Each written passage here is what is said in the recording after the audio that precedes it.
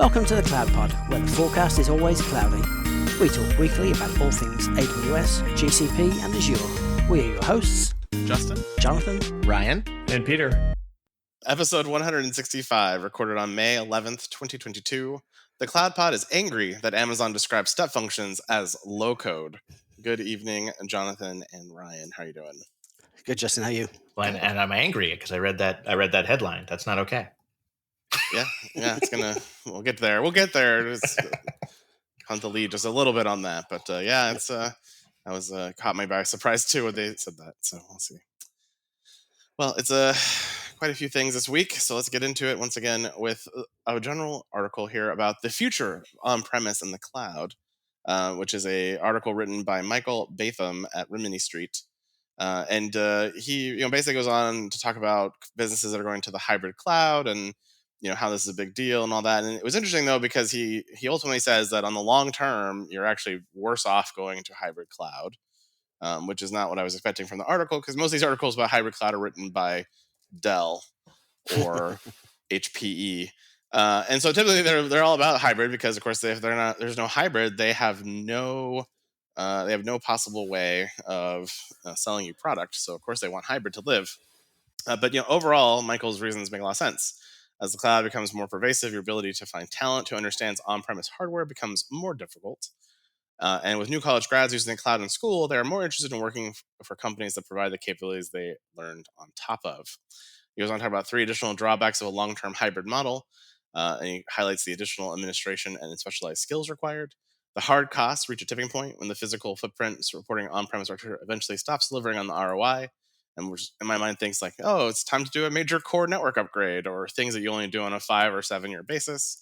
And then ultimately, the policies need to become cloud aware and on-premise, and now will start hindering your ability to be innovative because you're trying to fit both needs, or maintaining duplicative controls becomes a mighty nightmare. Man, I couldn't agree with this article more. I'm living this nightmare currently, trying to, bridge a lot of the policies and automation that we've introduced in the cloud into, hybrid space, and it is not going well. It's just, they're very different languages. They're very different approaches. Just historically, they've been, and then just skill set wise, the people working on these things, they, some of them are like super amazing network engineers that, can get, round trip times humming at a super low level. But then, you talk about, a promotion policy for configs to roll out automatically, or sanity checks, and they just look at you with the big doe eyes. It is very hard. Yeah. Well, and there's things that the cloud has enabled that are just impossible to do on-premise infrastructure because of the scale differences, or it's at a cost point that just doesn't make sense to you to do at all. So there's lots of strange things that you end up doing in these Herculean efforts to make hybrid work forever. So I'm glad to see a think piece like this, because a lot of them are just vendor read contrived pieces of garbage that we don't talk about most of the time. But I always like to see a good one that I feel aligns well to what we really think is the truth out there in the market. Yeah. All right, well, moving on to AWS, and we're going to talk about Proton, the service that nobody uses, but sounds really cool on paper. And they hope we're going to get you to use this product by now releasing a new Proton sample template libraries. And these libraries are a curated set of AWS Proton templates that use AWS best practices for popular applications such as load balanced web applications, or Amazon API Gateway backed AWS, Lambda fronted by API Gateway. And you can use them in the library to deploy these common application architectures quickly as a starting point to build your own templates or learn more about how Proton templates work. And each template comes with a code pipeline, CI/CD pipeline, and with an app code, you can use a test workflow end to end. And samples are available to you both in CloudFormation and Terraform, so you don't have to go cloud native on this one. You can stick with Terraform.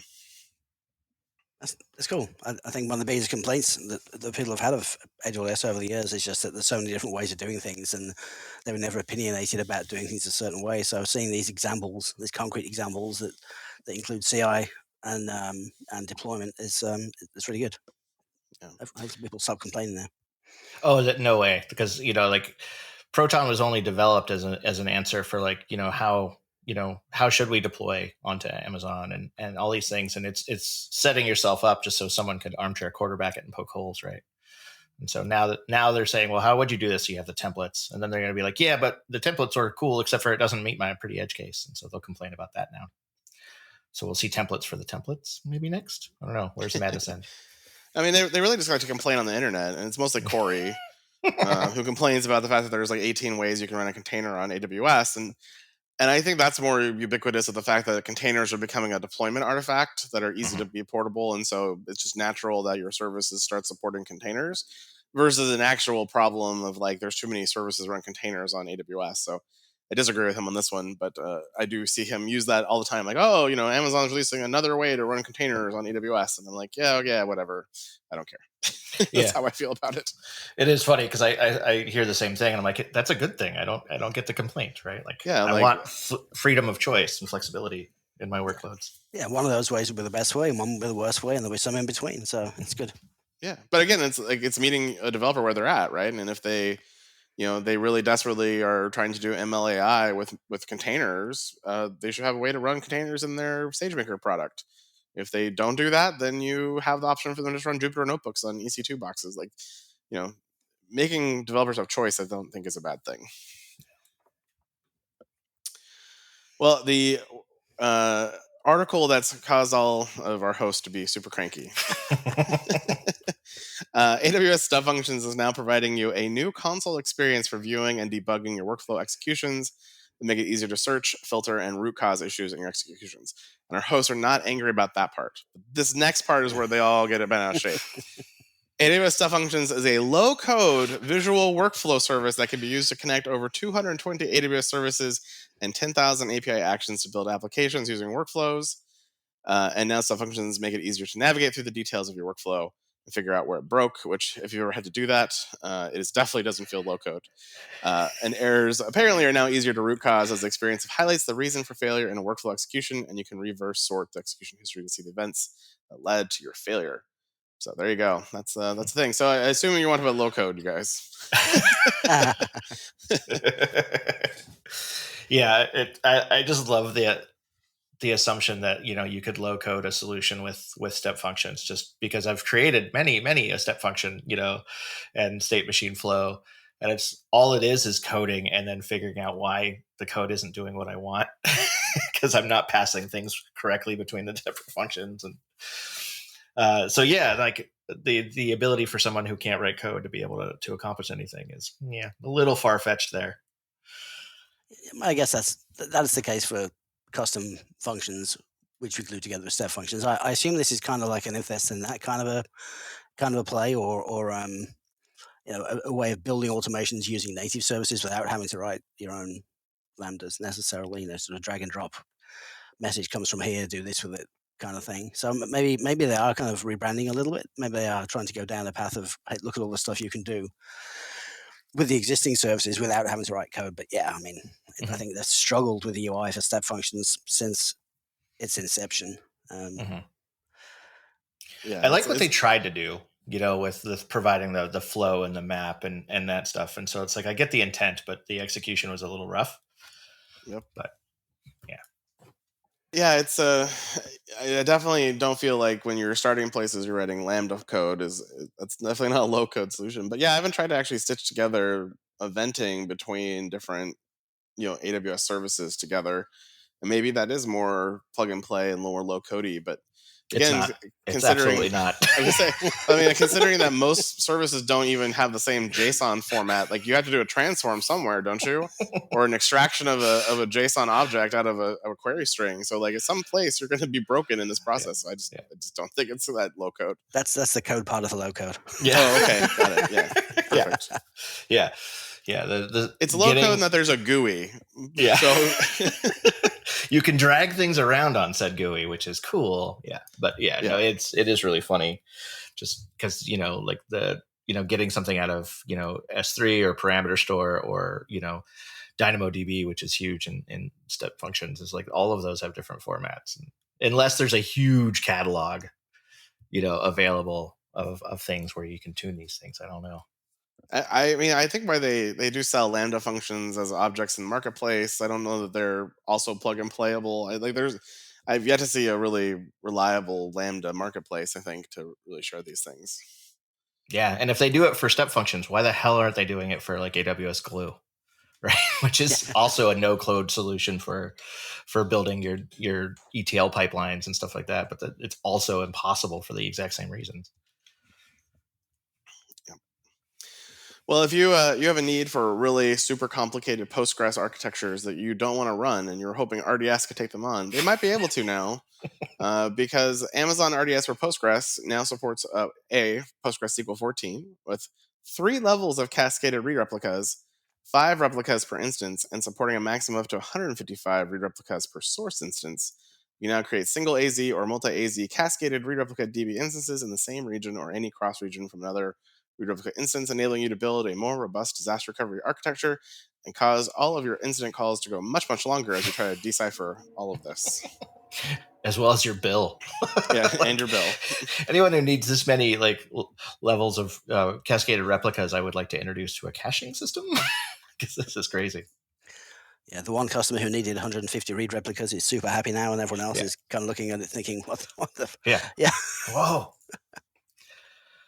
Yeah, that one caught my eye. I was like, that's a lot of read replicas.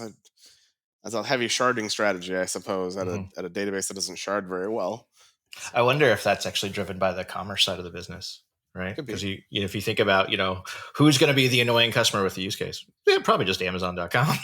Well, I was thinking maybe it has something to do with the way Aurora works. Because again, with Aurora having their own kind of implementation of Postgres, maybe there's something there, and they're just like, oh, we can port that over to RDS for other people who have insane read requirements. But I don't really know.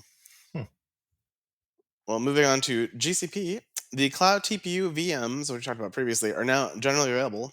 And if you don't remember what a TPU host machine is, and I can help you with that. And these systems give you access to the physical TPU hardware, and the rapidly growing TPU user community has enthusiastically adopted the access mechanism because it not only makes it possible to have a better debugging experience, but also enables certain training setups such as distributed reinforcement learning, which were not feasible with a TPU node architecture, which was remote.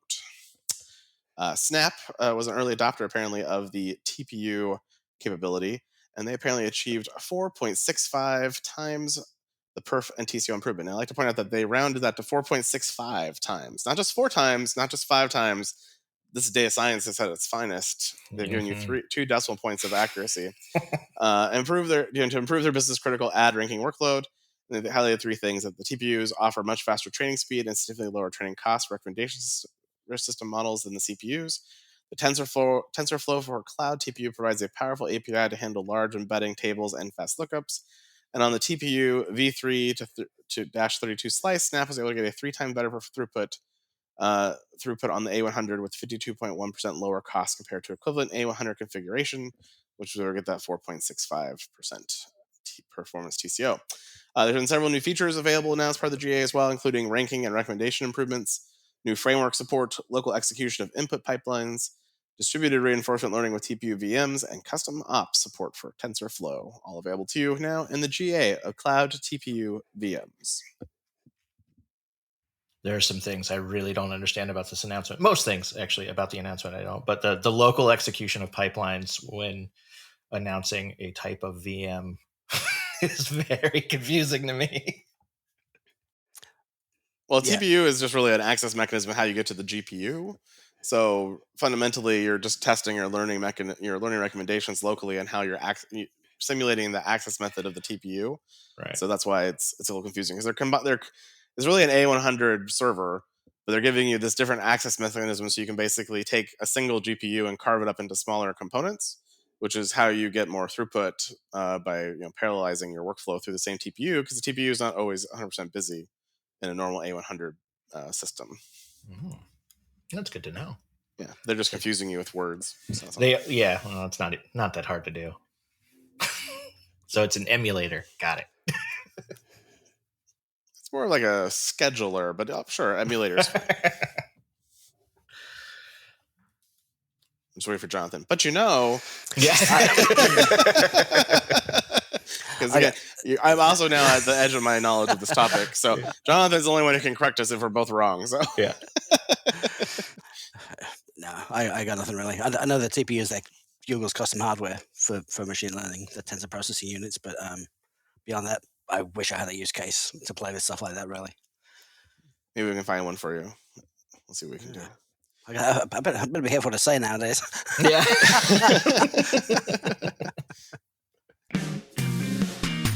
Hey everyone, Jonathan here.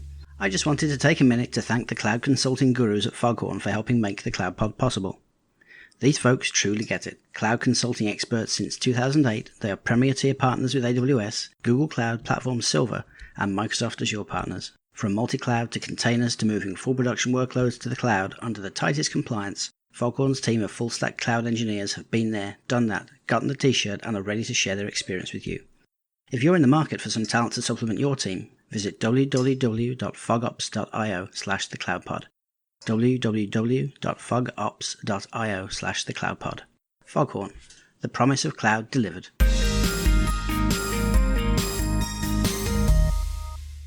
Also generally available this week, the BigQuery BI engine supports many BI tools or custom applications now.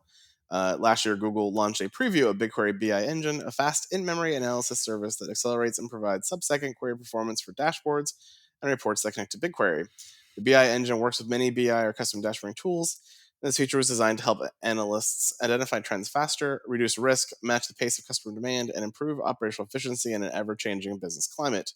With this launch, the customers are able to build fast interactive dashboards using Looker, Tableau, Sheets, Power BI, Click, or even custom applications that use their APIs. The BI engine acceleration works with BigQuery via native API integration, intelligent scaling, and a simple configuration.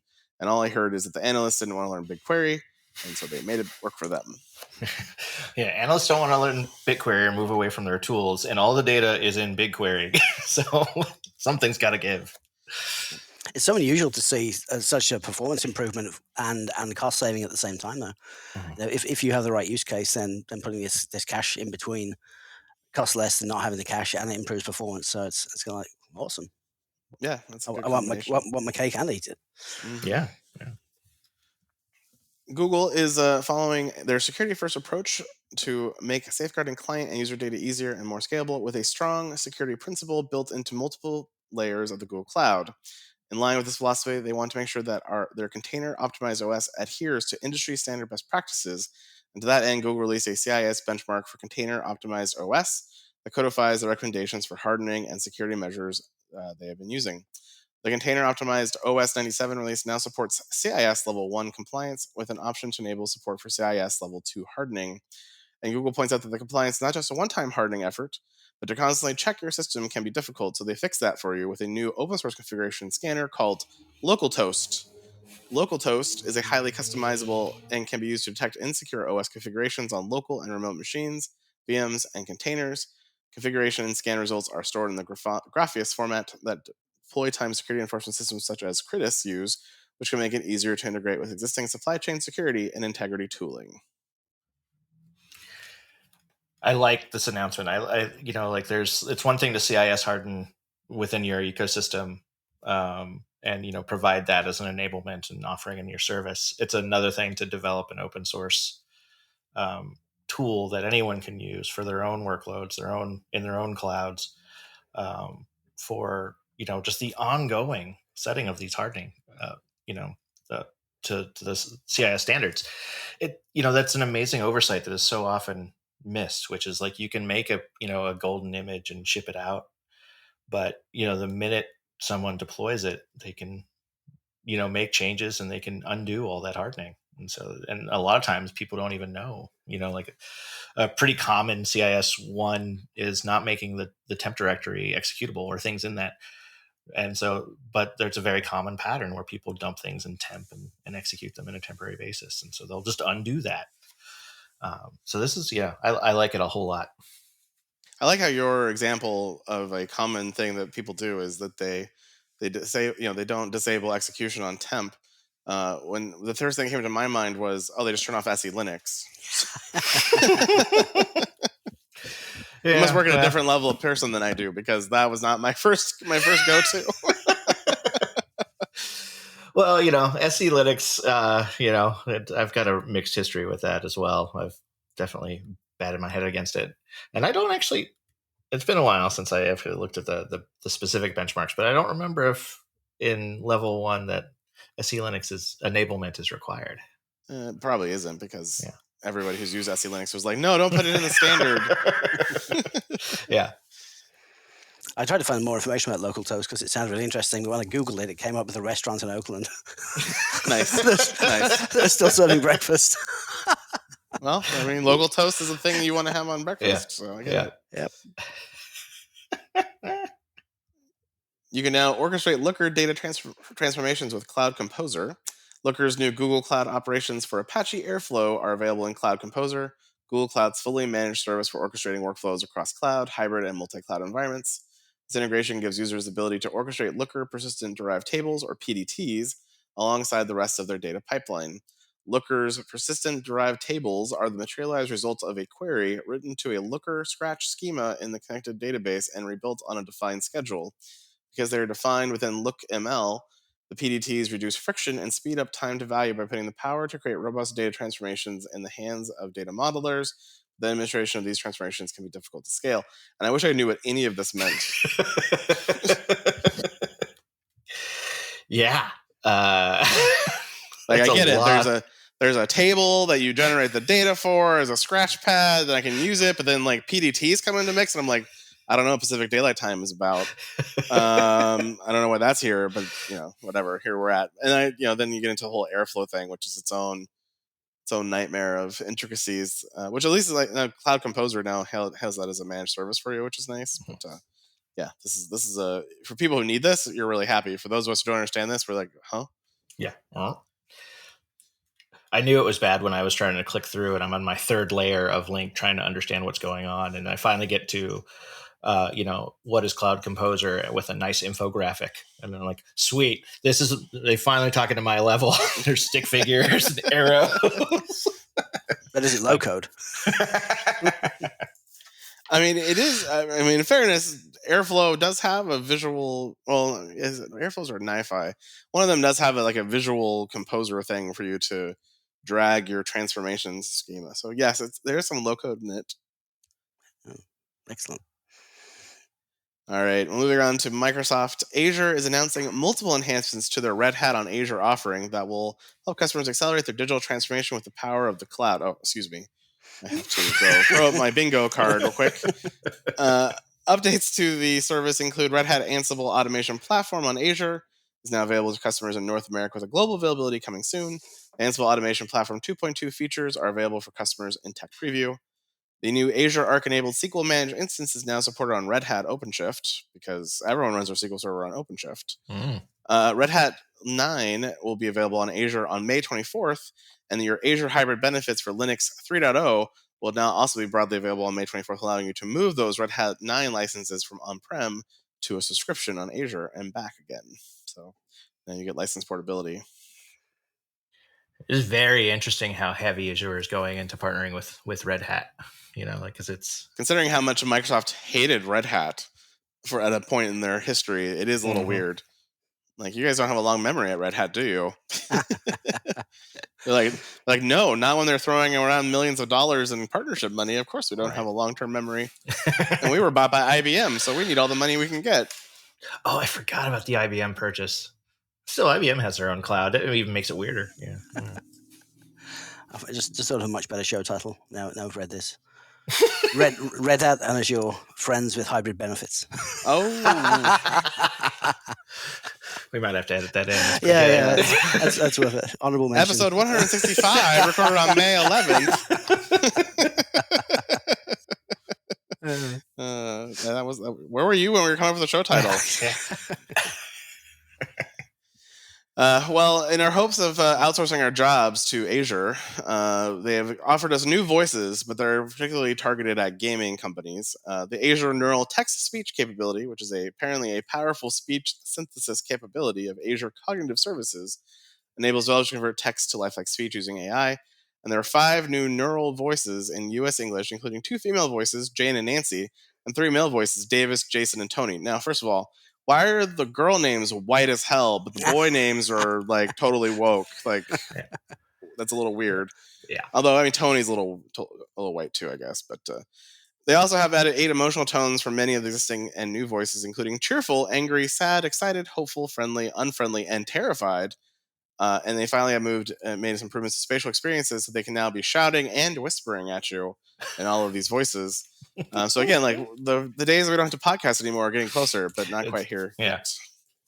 Did you listen to them? I did. They all sound the same. Really, at the end of the day. I thought some of them were really good, but the ones that weren't good sounded worse than anything else that I've heard. Yeah, and then you go into the article and there's a partnership with some game company, and like these are the voices you're using in your game. Like, I hope not. Yeah. I mean, it's weird that they have to say that it's aimed at gaming. I mean, were they thinking that somebody would accidentally use the angry voice in a like a call tree or something? Right. I said, press the 1 button.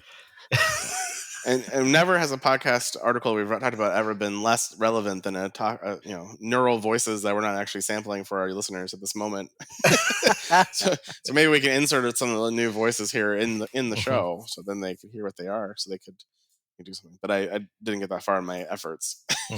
I lost interest.